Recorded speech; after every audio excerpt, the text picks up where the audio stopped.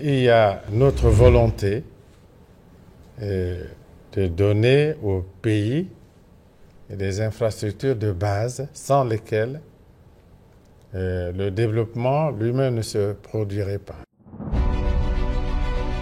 Le Congo, pays à fort potentiel infrastructurel, cœur d'Afrique, a donc connu jusqu'ici les projets de développement répondant à une double vocation, parmi lesquels moderniser les villes du Congo et améliorer les conditions de vie des populations. Sur le plan social, ces projets vont de la construction des édifices durables au transport urbain en passant par l'attractivité vers la destination Congo. Objectif, améliorer les conditions de vie des populations, réduire le chômage et la pauvreté, améliorer l'attractivité économique du pays et faire du Congo un exemple en matière de développement en construisant des infrastructures dignes de renommée internationale, tel le premier pont à Auban en Afrique subsaharienne, appelé le pont 15 août 1960. Avec l'implémentation de la politique nationale de développement, la raison d'être du ministère de l'Aménagement du territoire, des infrastructures et de l'entretien routier s'engage à relever les défis titanesques pour le développement de la République du Congo. L'engagement de ce programme, qui en fait est la poursuite de la marche vers le développement. Donc, ensemble, poursuivons la marche avec ces 9 axes et focaliser sur la relance économique, effectivement, et avec comme une véritable clé, c'est-à-dire que la diversification de l'économie nationale. Les fondamentaux établis, on peut dire qu'il y a déjà un premier travail qui a été fait sur beaucoup d'ouvrages de franchissement et un démarrage de l'aménagement du territoire à travers les infrastructures pour désenclaver le pays. Et malheureusement, la crise économique est venue comme tout arrêter, ralentir l'ensemble des dispositifs, mêlés au problème politique d'aménagement. Développer le Congo est l'engagement tangible de son Excellence M. Denis Sassou Nguesso, président de la République, chef de l'État, à emmener le pays dans la direction de l'émergence tant souhaitée par tous. Au service de la nation, la délégation générale aux grands travaux a pour mission de servir le Congo et apporter la solution nécessaire en matière d'aménagement du territoire, des infrastructures et de l'entretien routier, et d'améliorer le cadre de vie des citoyens en travaillant chaque jour à la construction des infrastructures en respectant les normes internationales.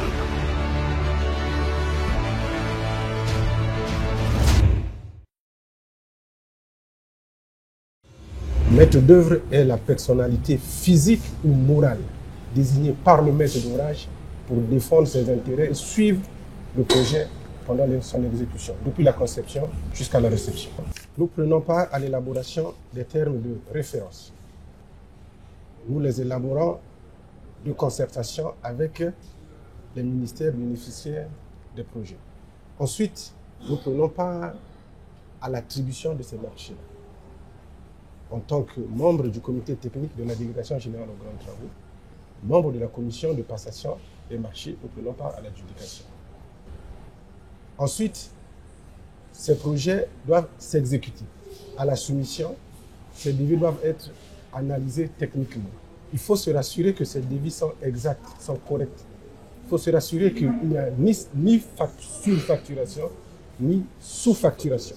C'est pour ça qu'il faut un examen minutieux de ces devis avant de passer les marchés. Une fois le marché attribué, nous suivons au quotidien l'exécution des travaux avec un bureau de contrôle sélectionné à cet effet, jusqu'à la réception de l'ouvrage. Chaque chantier a sa particularité. Même 2 bâtiments identiques, chacun a sa particularité parce que le sol n'est pas le même. Il faut, dans chaque chantier, faire les essais de sol pour se rassurer que la fondation qu'on est en train d'ériger est la bonne. C'est celle qui répond au mieux aux charges de l'ouvrage. La topographie n'est pas aussi la même. L'hydraulique n'est pas aussi la même. Chaque chantier obéit à une spécificité auquel il faut étudier auparavant.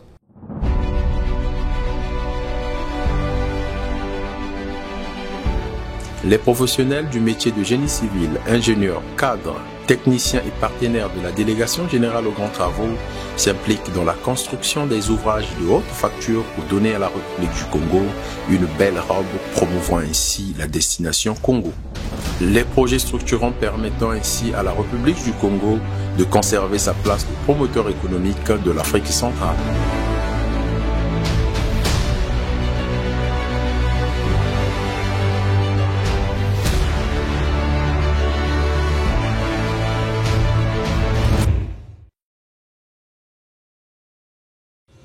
C'est un projet où, au niveau du NEPAD, le président Denis Sassou Nguesso a été désigné comme champion. C'est-à-dire, au niveau des réunions du NEPAD, c'est le président de la République du Congo qui doit rendre compte à ses pairs de l'avancement de ce projet. Donc c'est un projet, comme vous le voyez, qui tient à cœur au Congo. Non seulement au Congo-Brazzaville, mais aussi au Congo-Kinshasa. Aujourd'hui, en matière de travaux, rien n'est difficile à une expertise. On a vu en Europe les autres construire le tunnel sous la Manche. On voit bien au Japon des ponts pareils de plus de 7 km. Donc l'expertise, elle y est. Ce pont techniquement il est faisable.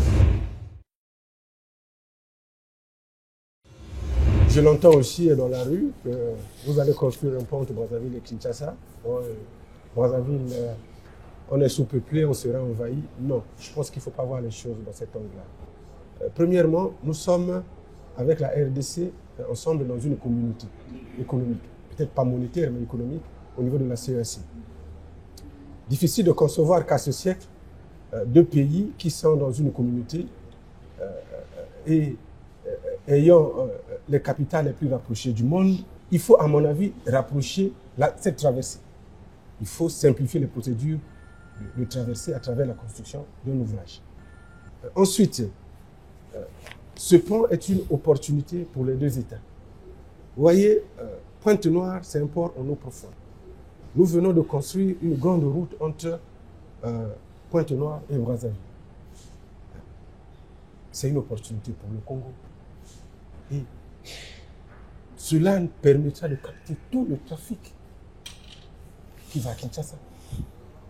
Le port de Pointe-Noire, on met un conteneur sur un porte-char qui arrive au port de Brazzaville, il arrive à Kinshasa. Donc cela va de soi, nous allons rentabiliser nos infrastructures. Nous allons rentabiliser non seulement le port de Pointe-Noire, mais aussi la route.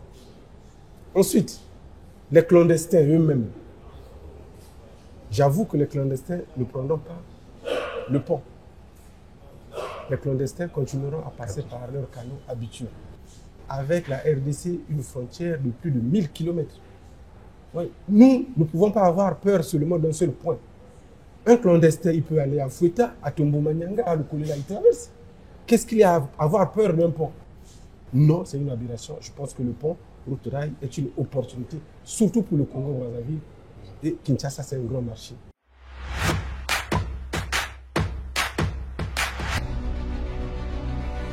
Hier encore, il y avait des localités difficiles à atteindre allant de la capitale politique Brazzaville jusqu'à Wesso au nord du Congo et Pointe-Noire au sud. Pourtant, le satisfecit des réalisations contraste les dires des populations qui ne se rendent pas compte des chantiers emblématiques qui se réalisent dans tout le pays, limitant ainsi tout le besoin souhaité par tous.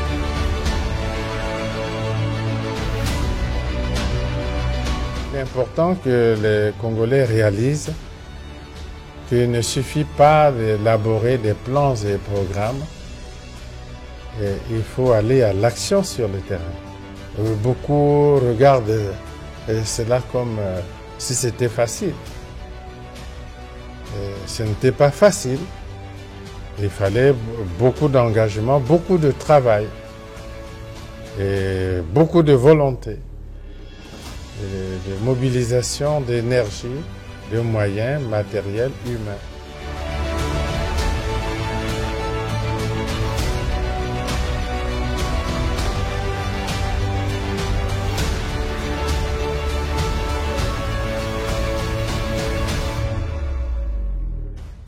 Il y a un route-rail sur le fleuve Congo entre Brazzaville et Kinshasa.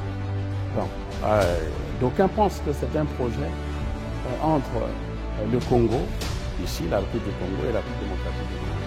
Mais c'est au-delà de ça. C'est un projet africain. C'est un projet de l'Union africaine. Les projets structurants visant au développement de la République du Congo demeure au centre de l'intérêt que le président de la République, Denis Sassou Nguesso, porte sur son pays, tel le témoigne la construction des voies d'accès, la route Pointe-Noire-Brazzaville, le viaduc de Kintélé, le port autonome de Pointe-Noire, l'aéroport international de Maya-Maya et bien d'autres infrastructures. Les projets qui interviennent dans les domaines stratégiques tels que les bâtiments et travaux publics, le transport, l'énergie, les technologies d'information et de communication, le développement urbain et l'habitat.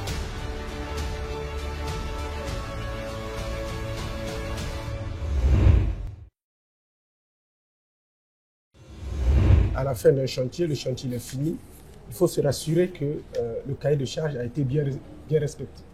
C'est pour ça que nous convoquons la commission, nous invitons la commission de réception des ouvrages finis, qui est une commission nationale, à prendre part à cette réception-là, auquel tout le monde pose toutes les questions. Et les essais sont même entreprises avant d'y arriver. Le passage d'un ouvrage de la délégation des grands travaux au ministère se fait à travers ce qu'on appelle un acte de transfert. Une fois l'ouvrage réceptionné, un acte de transfert est élaboré pour transférer l'ouvrage au ministère sectoriel pour la gestion.